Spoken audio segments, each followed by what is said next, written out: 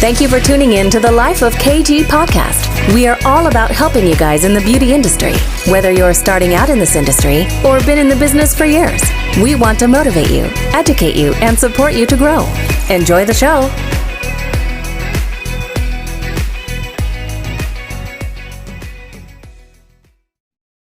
Hi guys, welcome back to A Life of KG. First of all, I want to apologise about the break in episodes that we've had recently.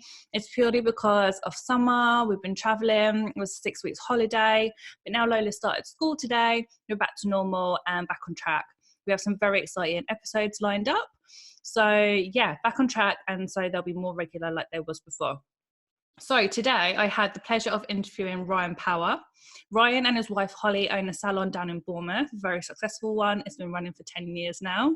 Ryan and Hollie also have like a mentorship program for salon owners, which he is going to talk about in more depth on the show today. And he's a marketing guru, so I'm sure you guys are going to get loads of tips for social media use today. So yeah, without further ado, here he is. So Ryan, thanks so much for coming on the show. Thank you for having me. You're more than welcome. So for those of you that don't know, well, our listeners that don't know who you are, can you introduce yourself and tell us a little bit about you? Yeah, absolutely. So I'm Ryan Power, and I identify myself as I'm a beauty business success coach. I'm also an author, speaker, marketing geek. I'm also a salon owner, and I'm a lover of all things dogs, hummus, and Lego. I like to think that I motivate hair and beauty business owners to believe in themselves, but also to smash their goals, but also believe that truly anything is possible. Because I feel that a lot of the problems out there are in between people's own ears. And it's, I think that a lot can be said for if you get the right mindset, then there's nothing to hold you back. Yeah, definitely. Oh, I love that you've got your fingers in all pies. Your words, not mine. So obviously you and your wife Hollie have a salon, which you did mention. Can you tell us a little bit about the salon and how long it's been going? Yeah, absolutely. We celebrated our 10th anniversary this year. So we've been going for 10 years now. It's very much Hollie's baby and brainchild and vision. So she started it 10 years ago whilst I actually still owned a completely different business. I had a totally separate sales and marketing business at that point. And when I then sold that other business, I came over to help Hollie with the salon and mostly helping her to sort of drive more clients into the business. That's really the only bit that I've really got any involvement with apart from a few techie bits. Yeah. Everything else is very much her vision. And it started when she opened it 10 years ago with 3 very small treatment rooms. And now there's 9 treatment rooms, 2 lounges, a dozen staff. And it's a fully functioning day spa with the focus very much on being pampered. So lots of spa day packages and relaxing massages and that sort of thing. Where is it based? It's based in Bournemouth on the sunny south coast. Nice. 1 road off the sea. So it's not the worst part of the world to live in. No, definitely not. That's lovely. We love being here. So so that's and as I say, it's been going for 10 years and really thriving for the last sort of 6 or so, I would say. I think and that's actually helped us in the other things that we do, because we genuinely know how difficult it can be running a business, particularly when you're getting started. Yeah, definitely. And I think that's what a lot of people don't get. I mean, we've just gone 10 years in April as well. So congratulations. Yeah, thank you. Likewise. But when you say it's really thriving like the last 6 years, I would say again, mostly about exactly the same. And that's what's been able to for them fund all the other business ventures that we now do. Yep. But it takes years and years to be able to get to that position, which people don't realise. No, it's like hearing myself talk. I couldn't agree with you more. Yeah, definitely. So it's where is Hollie? Hollie is she is just on her way back from a holiday. So she's literally, as we're speaking today, she is literally in transit, having come back from Gran Canaria. Oh, lovely. That's So cool. we like, well, and again, I know I'm preaching to the converted, but we do like to go on holiday quite a lot. We find it's definitely one of the main perks, and one of the main drivers for us in business is being able to go away, and coming back's nice, but going away as well, and enjoying some of that. So she's been away with her mum, and I've been left at home looking after the dog. Oh no, you need to sort that out. But holidays is definitely a main driver for me as well. If I can get away as much as possible in a year, it's great. But you need it. Again, it is a perk that you're able to do that and work from anywhere if the business is running on its own. Yeah. But also to just have a break. I say a break because I didn't stop when I was on holiday either, but it's because I love it. Like, I just want to do it, but it is a break because I can just pick up the phone when I want rather than because I have to. Yeah, absolutely. And sometimes doing some of those other tasks that you have to do, it's just a bit nicer on a sunbed with a cocktail at arm's length. Yeah, I'm not going to complain about that. So what kind of made Hollie open up the salon in the first place? Do you know? Yeah, very much so. I mean, in fact, neither of us have beauty backgrounds at all. Mm-hmm. So previously, I had a sales and marketing business, which was actually based in the wedding industry. And Hollie did she did global international property sales. And then she was doing recruitment. So complete change for her. And she wanted to get out of that sort of corporate world and have something that was far more day-to-day helping people, which is why she trained to do semi-permanent makeup. And it was off the back of that she then opened the salon, which is now something quite different today to what it was when it started, basically. But that kind of got her the foot in the door, as it were. Yeah, definitely. And then obviously, like you said, that you help salon owners and things like that. What made you want to go down that route of kind of, I guess you're like a mentor, aren't you? And like, yeah, exactly. So we do like mostly group coaching. And I mean, the reasons why it's twofold, I suppose, really. Firstly, I knew when I sold my previous business, I knew that I wanted to do something that was a million miles away from that because I had a position where I was so ingrained in the business that I had no freedom whatsoever. I had to be there pretty much all of the time. And it just meant that I was just working longer and longer and longer hours.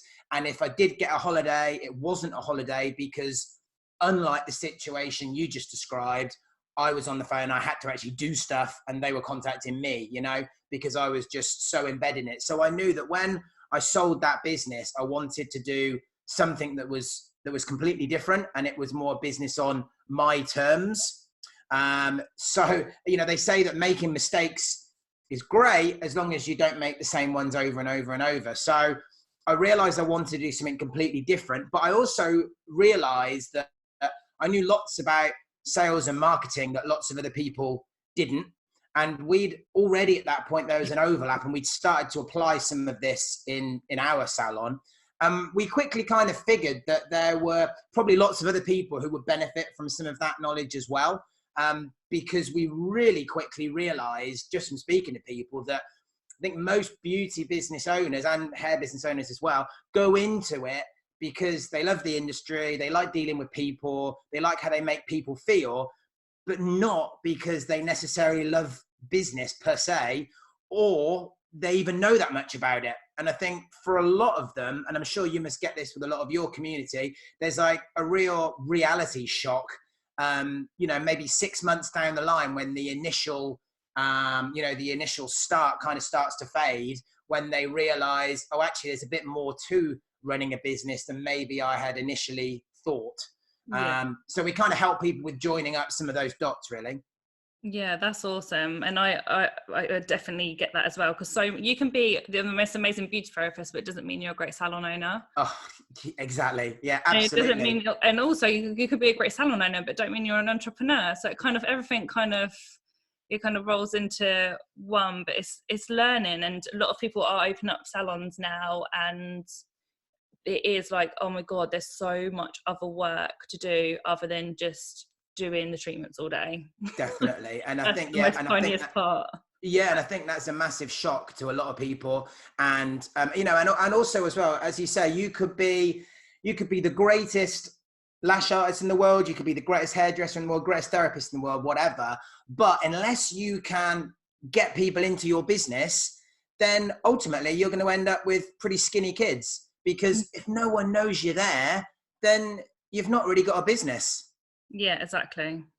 So Yeah. I would say, I would actually say that, and this is a bit of a sickener probably for people who are really, really good at the artistry side of it and less so at business. Well, actually, you could be, a terrible, at your actual profession, the day job bit of it, and have a really, really successful business. I mean, you might not even do it yourself. I mean, I obviously have got absolutely no beauty background whatsoever until I started getting involved in our own salon. So I think that it's the skill sets that are required to have a successful business are very, very different to the skill set necessarily required to do the sort of day job in inverted commas. Yeah, definitely. What do you kind of find that most salon owners struggle with the people that you talk to? I would say there's probably, there's quite a few things, but I think the first problem I hear probably more than any is, or the question of, how do I get more clients? How do I get more clients into my business? I would say is probably the main question I get asked. And I think probably the second problem is a lack of focus. It's like not knowing necessarily the right path to take, because as you said, you've got so many hats on in business these days, and so many people and so much coming at you from different angles that sometimes it's kind of difficult to know which bits to focus on. Yeah, sure. So when the salon owners come to you with them like kind of two issues, what would you say? What would you suggest, or what's the kind of advice that you give briefly? Well, I think first, in terms of how do I get more clients, then I think in many ways they're asking the wrong question straight off the bat, because what I think a lot of people do is they have a look in their diary and they see a load of white space for the week ahead, and their kind of immediate, almost knee-jerk reaction is, I need more clients, I need more clients, I need more clients. Mm-hmm. Yet often they don't actually need any more clients. And there's three ways in that you can grow your business. It's the number of clients you have multiplied by your average transactional value, and then also the frequency with which people come and see you. So whilst people are always thinking, I need more clients, I need more clients, I need more clients, actually, if you focus on the other two, that is increasing your average transactional value with your current clients and getting them to come back and see you a bit more often, then that's actually much, much easier to do, because then you're focusing or selling to the people who already know you, already like you, and already trust you. Whereas if you're always going after new people, then that's much, much harder. It's much, much more expensive. It's much, much more draining, and you're going to get far more rejections than having more conversations with people who you already service. So what I always think people should do first is go for that lower hanging fruit, if you like. So look at how you can maximize your existing sales to begin with.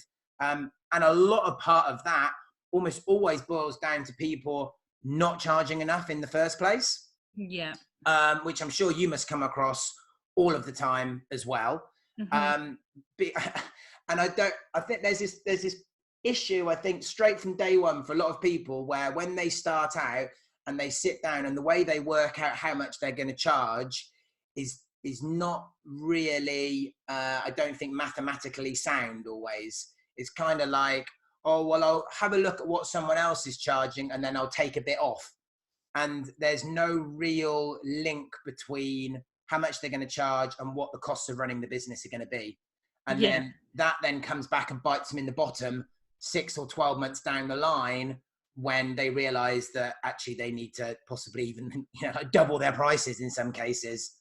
So I think that you need to get that right. And as I say, I think that if they work on how they can charge the right amount, but also, as I say, really look to maximize that treatment value, i.e. through other, upsells or other add-ons or other products and so forth.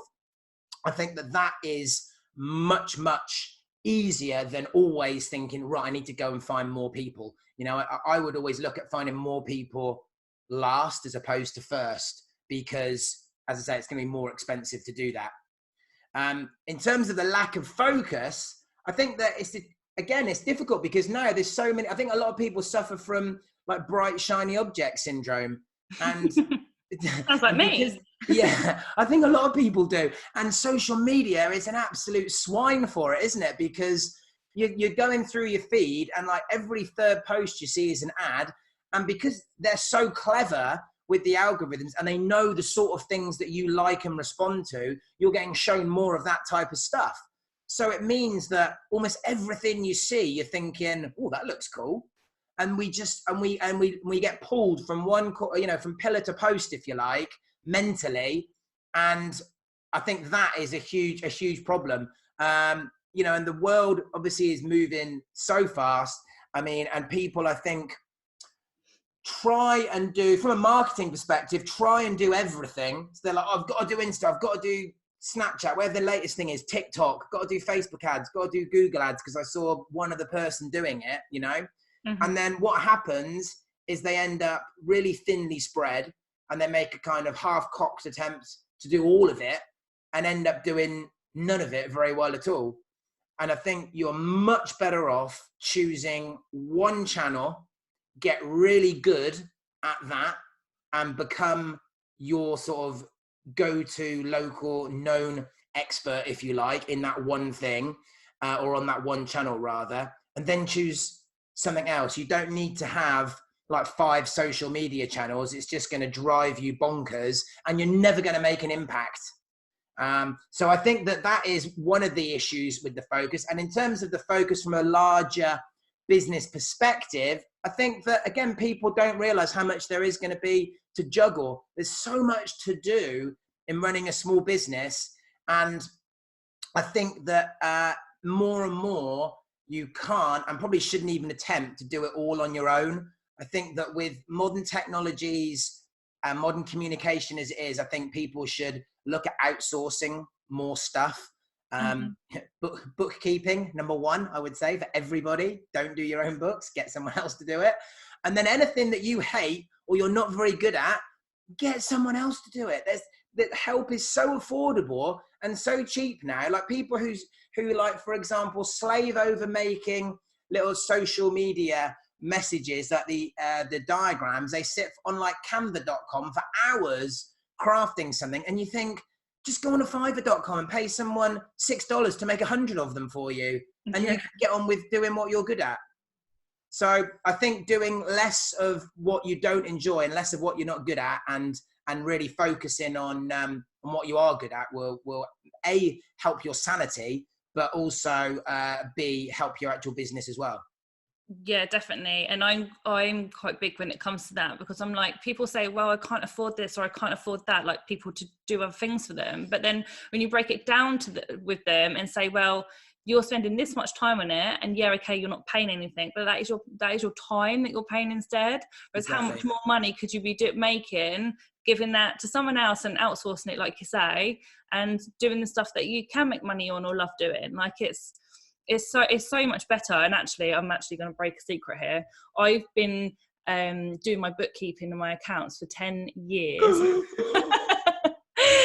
And it is something that I've just got this control over. Like, I want to see everything and I want to know exactly where the company is, but I absolutely hate doing bookkeeping. Well, and I finally have brought someone on board. Oh, good. You have now, you say? Yes. Oh, good. You can still see all that. You just ask them to send you a monthly report after they've done the spade work. Yeah, I must be her like bugaboo client, because I'm But the other thing that's interesting about what you said there is, I think that a lot of time, it's completely the wrong way around, because you think, right, if I could pay someone else £10 to go and do all those images, who, by the way, will do a much better job of it than you will in the first place. That's one key point here. But also, you might be able to earn £50 for that same hour. Exactly. So you're better off doing it that way around, I think, and just trying to spend as much time as you can doing whatever it is that you're uniquely qualified to do. And everything else get rid of it, ideally to someone who's better at it than you are. And additionally, as a final kind of bonus point, this again is why it's so important to price yourself right from day one, because then you can afford to do that and you don't have that cash flow problem. Yeah, definitely. And also, if you are a salon owner, has staff, I very much doubt that they're utilised 100% of the time. Completely. Well, they are amazing, but I'd be quite surprised if all of your team are. Like, you might have girls in there that love social media and you might want to delegate it to them, or love doing Canva and delegate it to them. Like, you can delegate to other people, which I know salon owners find very hard because we are all a bit control freaks. Yeah. But yeah, definitely like outsourcing and delegating is definitely the way forward. Absolutely. And again, as you say, your team will actually probably love it. It's a bit of extra responsibility for them. I mean, what's the other option? Oh, go and clean again or whatever, which seems to be the go-to for most salon owners for what to do with the staff if there's downtime. Why not do something much more productive? One of the things that one of the members of our community does, which I absolutely love, is they give the company phone and thus Insta account to a different member of staff each day. Oh, that's cool. So from the client's perspective, they get like a slightly different, they see the business through a different set of eyes each day, which I think is really cool.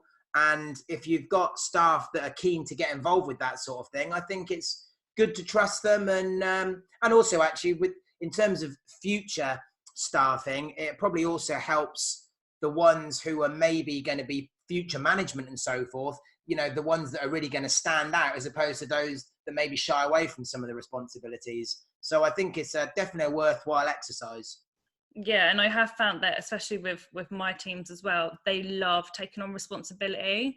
Like, so they don't want to just like, okay, yeah, they love what they do and they love doing nails or lashes or whatever it is all day, but they do love taking on that extra responsibility. Like, it makes them feel like worthy and important and just a little bit different to the normal day-to-day stuff. Yeah, couldn't agree more. Definitely. So moving on to marketing a bit, because you're a little bit of a marketing guru, aren't you, Ryan? I refer myself more as a geek than a guru, but okay. Okay, Ryan the geek. That sounds really harsh. Oh, does it? Is that? I thought geek was more of a cool term this year. See, I'm just not down with the kids, Katie. That's the problem here. I'm starting to show my age, I think. So what would you say is like marketing tips that the industry, it's definitely salon owners, could maybe use more that they aren't currently doing? Okay. In terms of some because I could rattle on all day about this, which I obviously am mindful of your listeners' attention spans for that. So a couple of things. I mean, I think one of the big problems, not just with marketing, but with everything in terms of the positioning, is a lot of the times people try and be all things to all people. And I think that's a big problem straight away. I think that people should focus more on specialization as opposed to generalization, because then I think you'll attract the right clients. You can charge a premium and you don't necessarily need, to always be doing more courses and learning more treatments. And in terms of the actual marketing of that, I think that one of the big keys again here is people posting on their business social media just about their business. Yeah. And I really think people are missing a trick here for a couple of reasons. Firstly, people buy people, right? So let them see you. Let them see behind the curtain. Let them see the face behind the business. You see so many. I mean, you're probably the same. You probably follow 1,000 other similar businesses, much like I do on Insta. And you'll see so many of them. If you look through their main homepage feed, you can't even find a picture of what they look like. There's not even a picture of the individual. It's just, or the same with the nail. A lot of nail pages, it's just thousands of pictures of nails and literally nothing else. Yeah. And whilst I understand it's important to show some of your work, that's boring for your clients. They don't need to see hundreds and hundreds of sets of nails or lashes or whatever it might be all the time. If they want to see more of your work, they can go and see where you've showcased that in an album or whatever. They don't need to see loads and loads and loads. And I think if we sometimes try and look better from the perspective of our clients, then we would do much, much better. So again, for example, I'm sure you love your hairdresser, okay? But you probably don't need to see 10 before and afters from her every single day, or him every single day, right? Because that's going to be boring. I'm sure you'd rather see one before and after, and then see, you know, a picture of them with their dog, or, you know, doing something with their kids, or whatever it might be. And I think that there's a real, people are really missing a trick with that. And I think that they should show more of themselves, because people will buy into them much, much more. Yeah. More so than if they're just constantly posting pictures of their work, which I'm not saying don't post pictures of your work. I'm just saying don't just only post that. And the funny thing is, there's a really good indicator of this, because one of the things I hear more than any is, oh, Ryan, I put up a picture of my best bit of work and it got 3 likes. And then I put up a picture of my dog and it got 38 likes. What, you know, why is this, you know? And it's because people don't want to see just constantly pictures of your work all the time. Yeah, I find that a lot, and I actually was testing it over the last month, because if I'm to put anything up about my daughter or me or a story of the past or anything like that, it literally goes crazy.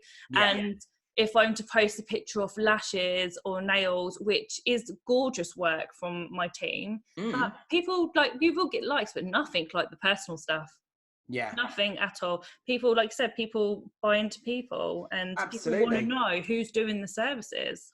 And but also, and the other key to this as well, the kind of extra kicker as to why you'd want to do it, is you're also then playing partly to the algorithm as well. So if you're putting up pictures of, you know, as you say, and I know a lot of people aren't happy with showing maybe pictures of their children, but whatever it might be in your personal life, you're showing more people-y stuff. That's getting loads of likes. Well, your future posts are going to get seen by more people now. If you keep putting up pictures of your work and it's getting no likes, eventually your page is just going to die, because they're just going to stop showing your post to anyone. Yeah, definitely. And if you are the type of person that doesn't like it being too personal, or like some people are really anxious about putting like selfies up or anything like that, do like salon content, like take pictures of the girls in work, or definitely like stuff like that, rather. So okay, it's still work related, but at least it is other things other than a set of nails or set lashes. Yeah, absolutely. Just mix it up a little bit. And also remember that when people, what I like to think of it is, when someone likes something, I see that as like a vote almost. People are kind of voting with their thumbs. So if you see something that you put up and it gets lots of likes, do more of that, because your audience are telling you that they like that. So it would seem silly not to do more of that. So go into your insights, go back, look through what posts have done really, really well, do more of those, you know? And also, in terms of one last kind of tip, then I would also say video is obviously huge, especially live video. I can't do that yet. I can't do it. What, you don't like doing lives? No, I can't do lives. Give me a video to like talk on, I'm fine, but do it live and you can see everyone jumping on. Unless I'm with a group of people, I can't do it on my own. Well, I think that you should definitely try, because that sounded like an incredibly defeatist attitude for someone who's so I know, it's really bad and honest of me. Well, I'll give you a little tip, Katie, that you could maybe try to get you to just nurture you in a little bit. The one way that I would do it first is I always try and do a live video with just one point, and you're just going to say one thing in the video, because one of the biggest issues I think people have is they either don't know what to say because they've not thought about it in advance, they've just panicked and hit live, and then they start to babble on a little bit because they're not really sure what they're going to talk about. And I think if you kind of structure it in advance first and say, right, I'm going to talk about one thing, it's going to be, this open night that we're planning for next Thursday. And that's all I'm going to speak about. And the only element of that I'm going to speak about is that we're doing demonstrations or whatever it might be, okay? And then you make sure you just say that, even if it's only a minute long, and you just say that. And you can always swipe to ignore the comments if you really want, if you need to build up to those a little bit. But again, it's worth doing because the algorithms absolutely love it. Facebook are in a war, if you like, with YouTube to be the number one video platform in the world. And therefore, they're going to show your video to loads more people than if you're just posting a photograph. And also as well, if a photo takes 1,000, tells 1,000 words, how many does a video do? Because you can show so much more with video. And we've all got a smartphone in our pocket, which has got a mega powerful video, really cool camera. And it would be great, I think, for people to utilize some of that even more. And also, do you know what? If you go on and you mess up and you make a bit of a fool of yourself, actually, people will like you even more for that, because it shows you're just a normal human being like they are. People do just want realness. Exactly. The concept that people want to see you like stumble over your words and mess up and then all laugh at you is just a nonsense, really. All right, well, that might happen if you're getting seen by 1 million people or something, and there's a few trolls that are a bit jealous of your success. But at a local level, most of the people that see it are going to be your audience. Well, they like you, so they're not going to be laughing at you, And I think a lot of those issues sometimes are in our heads as opposed to maybe what the reality of what happens is after you post it, And a good reason why you can see that is often if you've done a load of videos and then if you put together like a blooper reel, people go crazy for that. And it's almost like you kind of saying, yeah, I've messed up occasionally. I'm only a human. It's here they are for your entertainment, And if you can laugh at yourself a little bit, then that's going to stop other people laughing at you. Yeah, definitely. Or even things like, might have seen it last night. Oh, you did see it about my broken nose last night.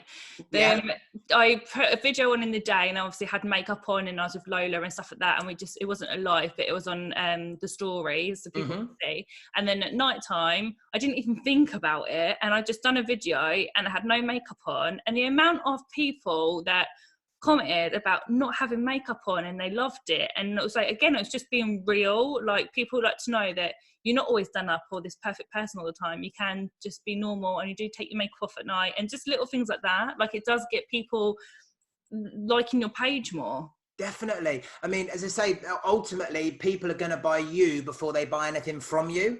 Yeah. Whatever it is that you're selling, and as you say, if you can do that, and then you've probably then given the confidence to someone else to put up a picture of them without makeup on now, or something like that, which for them could be like massively empowering. They might never even tell you, but as it is, they're probably going to be subconsciously indebted to you in some way, because they're going to be forever grateful that you helped give them the power to do that. So I don't think we should underestimate the impact that even small things like that can have on our clients and how they feel about us. Yeah, definitely. And like, everyone's got to realize at the end of the day, it's not just like people say to me all the time, why do you put stuff up that's so personal, or why did you put this up? But they don't realize that it's a good marketing strategy. Like, it makes us money. It turns people to our website. It does make people look at the odd nail pictures or lash pictures and stuff that you put on, because they're so interested about your life and what you're doing that they look at everything else. Yeah, I couldn't agree more. To our clients, anyone with a business, even a small local business, to our clients, we are minor celebrities. Yeah. And it was funny because someone from our coaching community recently said to me, when I said about that, they went, I got spotted in B&Q the other week. And someone in B&Q came up to her and said, you're the woman off the Facebook Lives. And it's like, people will see it. And therefore, because you're kind of minor celebrities in the, the lowest sense of the alphabetical scale of celebrities, but still to your clients, you are, just because you're familiar, because you're being seen a lot. Therefore, they want to know what you're up to. And the other thing as well is it gives you a constant stream of stuff to post, right? How much material do you want? Well, you're just posting about what you're doing in your life. So you don't really have to think about it too much. You don't have to sit down and map it out to the same extent. It's not contrived. It's just like, this is what I'm getting up to. Isn't that interesting?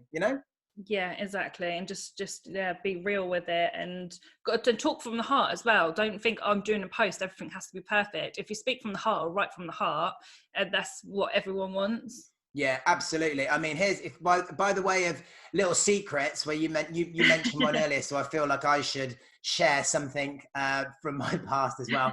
I remember I did one where I was on a train, and I've maybe consumed slightly too much Prosecco to be posting on social media at this point.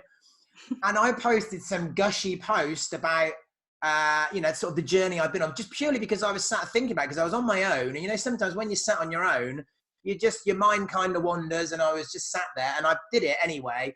And it got such a huge reaction, probably because it had been, as I say, so real from the heart, because I hadn't been thinking about it too much, because I guess I was kind of subconsciously, my mind was just firing the words out, And I think sometimes I think people can see through if you're trying to have everything perfect and everything but also as well, if you're trying to do everything perfectly, you're just going to get nothing done. So it's better done than perfect, I think, definitely. Yeah, definitely. So look, kind of going on from, was kind of the same kind of subject, but what would you say you would see is as the biggest marketing mistakes that you see us do? I think one of the big problems I see a lot of the time is people on Facebook boosting a post and then expecting the phone to ring. I think is possibly the biggest error on so many levels. There's so many problems with that. And I think the problems with that, the short version of where the problems in that are, is that first of all, again, much like I said earlier, if people don't know you, that's a tough sell to people who don't know who you are. So they'll boost this post to, and Facebook makes it so easy for you, obviously, because they just want your money. They'll make it so easy, and they'll show it to 1,000 people who have never heard of you. Now, let's talk about your stylist again earlier. Now, you may love your stylist, you may not, but if you're sat on your feed and a post comes through for a hairdresser that you've never heard of before, what are the chances of you saying, oh yeah, I'm just gonna ditch my existing hairdresser that I've had for the last 5 years, and I'm gonna go with this person that I've never heard of before? I mean, it's ridiculous. Of course you're not gonna do that. No, not least, you might not need your haircut either at that point in time. So people put out, and it's the same with nails, same with lashes. Someone might have had their nails done yesterday. So with all the will in the world, however good the offer you're posting is, they are never going to respond to that. It's just never going to happen. And I think people just forget that their clients aren't going to be viewing it in the same way that they are. And if they've never heard of you, it's a really tough sell.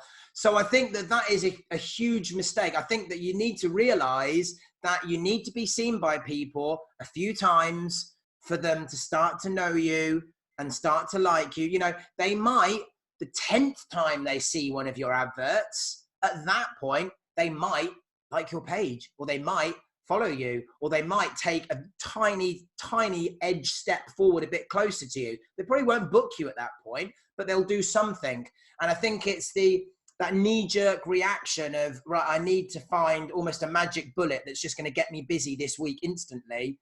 And it's like, that doesn't happen. Most of the clients you're seeing this week are as a result of your marketing efforts from maybe 8 weeks ago. Mm-hmm. So I think that people need to be much more consistent with their marketing. I think that they also want to try, where possible, to have the same messages going out to people across multiple channels. So for example, if you are, again, like most people have got a whole list of email addresses for their clients and don't email them, or just email them, in completely the wrong way. So again, I think that you should try and more sort of seam it all together, really, and try and do it on a regular basis, because also with that, I often have people say to me things like, I was really busy a month ago and now I'm really quiet. And you think, right, okay, so when you were really busy the month, what marketing did you do? Oh, well, I stopped because I was really busy. Yeah. Like, right, well, that's your problem then. It needs to be something you do all of the time, not just when you're quiet. And I think that is a real issue for people, just kind of making that almost mental switch, I suppose. And as I say, people aren't just going to want to jump into bed with you on the first date, when the first time they see your stuff. Yeah, definitely. And then it's just being consistent, like, and especially if you not posting when you are busy, then when you do post, it's like, oh, they're desperate for clients. and you can smell the desperation, can't you, sometimes? Yeah. And it's not a nice smell. No, I don't think anyone's attracted to that. No, definitely not. And then what was the stats? It was something like, it's changed now, there's social media around. Now there's social media around, I think it's like between 7 to 14 times you have to be in touch with someone, or someone visibly see you for them to be able to trust you to then come to your service. Whereas before it was something between like 2 and 5 times. Yeah, exactly. I've read different reports with any numbers from, as you say, 7 all the way up to like 20 odd, because we're just flooded, aren't we? I think I read another thing that said we get each day, we see now something like 5,000 different marketing messages every day from, all the social media that we see. Plus, as soon as you go outside, billboards, buses, literally everything, every little tiny piece of real estate, magazines, it's just everywhere. So we've got to fight through all of that noise to get noticed and get recognized. And when you kind of look at it like that, it's a bit naive to expect, therefore, someone to pick up the phone and buy your service when they've heard of you once. Yeah, definitely. I know I wouldn't, because I wouldn't trust them. So. Well, exactly. But this is the thing, Katie, right? A lot of the other people wouldn't, even though, and they're the same people who are complaining that their clients don't. It's like sometimes we fail to see it from the client's eyes, I think. Yeah. And I think if we thought about that buying process more, because all we need to do is think about our own buying process of how we respond to stuff. And that should give you a few clues as to how your clients might react. Obviously, some people will respond straight away, but the vast majority aren't going to. Yeah, definitely. I agree. So going a little bit personal now. Oh, yeah. On your business journey, as you've been in business for a very long time, what would you say has been like your biggest struggle? I think that certainly with our coaching business, I think that the big problem was when we first started, nobody had heard of us. Mm-hmm. We didn't really know what we were doing in that respect, because we'd never had that type of business. And I think that from a personal perspective, I had a real kind of, am I good enough crisis? And, you make that awful thing of comparing yourself to others, which is never going to be a good idea. And you think, why aren't people following me? Why aren't people responding? What am I doing wrong? I made loads and loads of mistakes. But what I realize now, with the benefit of hindsight and wisdom, is that I guess was all part of the journey, and that was all kind of part of the process. I mean, I was very lucky because, a bit like you touched on earlier, I was able to go and try these other things because we always had the spare income that was always going to be enough to support us financially. Mm-hmm. So it meant that we could try other things and we could make mistakes, and I made lots of them. And I nearly threw the towel in on multiple occasions, and just said, to hell with it. We're not doing this anymore.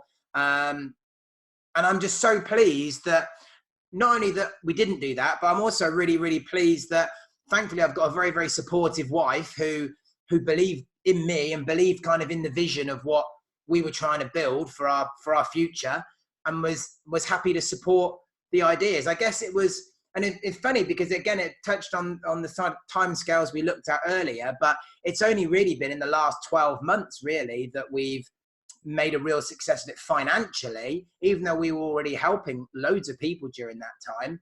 And I guess it's it's almost like the classic 5-year overnight success, where it does take time and you do have to make a lot of mistakes, some of them really expensive financial mistakes, to learn the lessons. And I guess the biggest thing I've learned out of that is that, I guess you shouldn't give up. And I know that sounds so cliche because you never really know how close you're going to be to success. But by the same token, you've got to try some different things. If you try something and it doesn't work, you then need to try something different. And you need to make a slight adjustment on what that might be, and to see why that hasn't worked. And if you just keep trying the same idea over and over and over in the same way, then obviously you're going to drive yourself bonkers. But if you change it up a little bit, then I think that will definitely help. So I think that was one of our biggest struggles. I mean, because the other thing as well, which you can probably appreciate or understand, is that I am a man, and straight away that means people are less likely to click on my adverts because there's a picture of a man. And obviously we deal predominantly in a female industry, and now it's less of a problem because I guess there's a certain amount of social proof and people can see the results that we're getting for others, and they can see that our page has loads of likes and all those sorts of things. But obviously in the early days, none of that existed. So I think that made it hard to get that initial, get that message across, because I think some people were maybe a bit pessimistic in terms of how I might be able to help them, or if I really understood what they were going through and so forth, you know? Yeah. So it's definitely been a journey. There's definitely been some dark times through the way, and I think that's true of anyone that you speak to. You know, I mean, definitely there were some very dark times when I thought, as I say, that I felt I wasn't good enough, that I was going to throw it in, that, you know, what was the point of all of this? And then every now and then, as I'm sure you do, you get one of those emails from someone. It might even be someone you've never even heard of before, and they like, oh, I read this or saw this, or you did this and you don't know about it, and it's really helped me because of X, Y, and Z. And then you think, oh no, actually, I'm really making an impact and a difference in people's lives here. I should keep doing it. Yeah, definitely. I mean, I don't think it matters how successful you are, how long you've been going in business. I think you'll always have them times where you think, oh, I just can't do this anymore, or I'm exhausted, or I don't want to keep pushing business anymore. You do get tired. I mean, business is hard work. Yes. And it's just so hard. But there is so many rewards.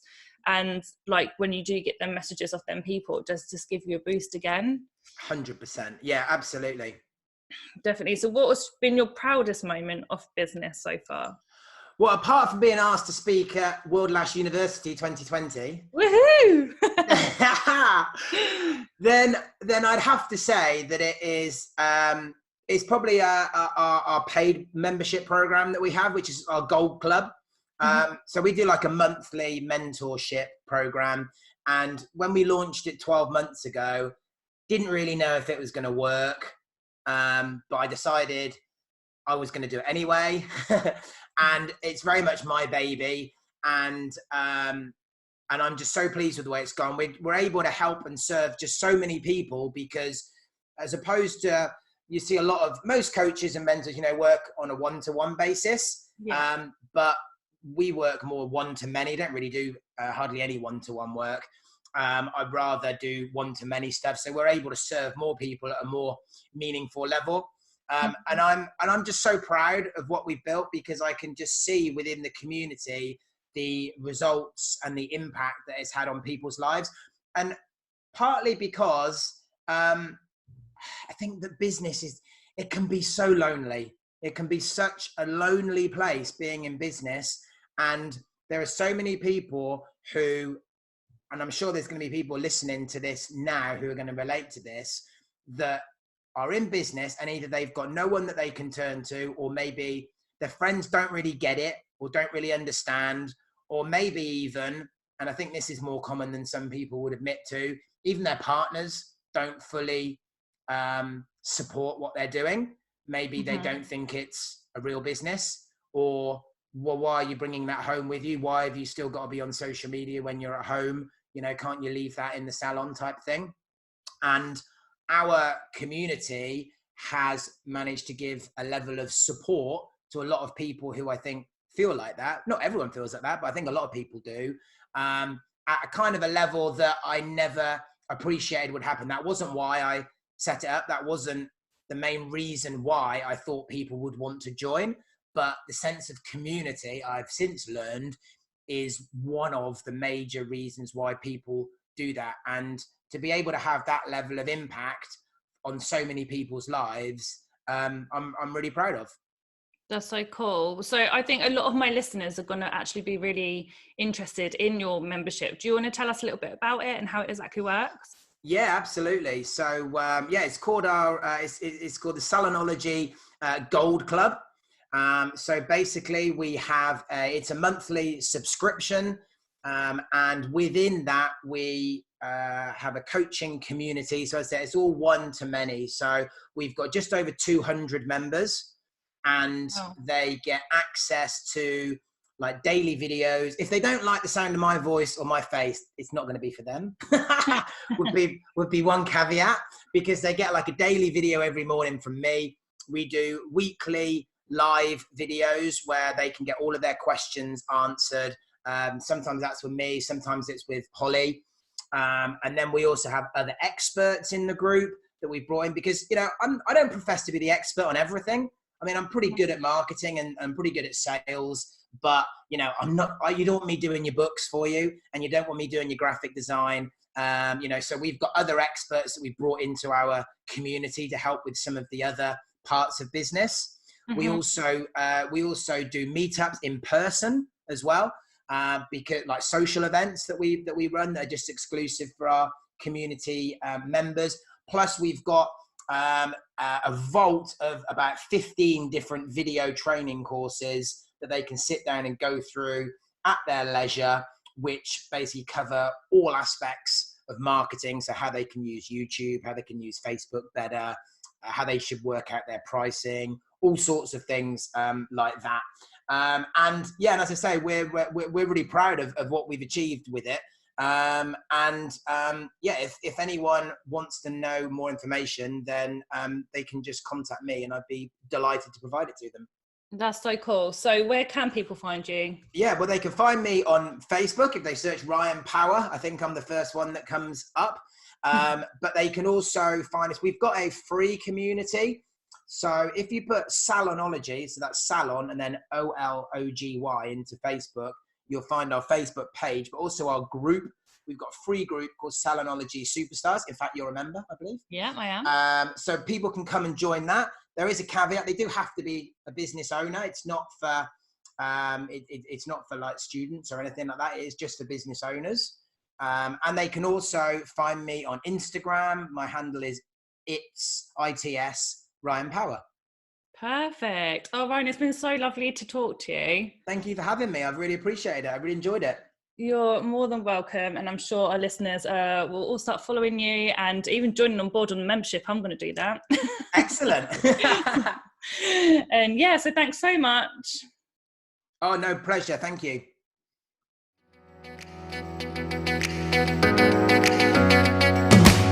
We would love to hear what you thought about this episode. I love the show, guys. You're awesome. Please leave a review and share on social media tagging @KG Salon so we can share. I always follow them. Until next time, have an amazing, successful week.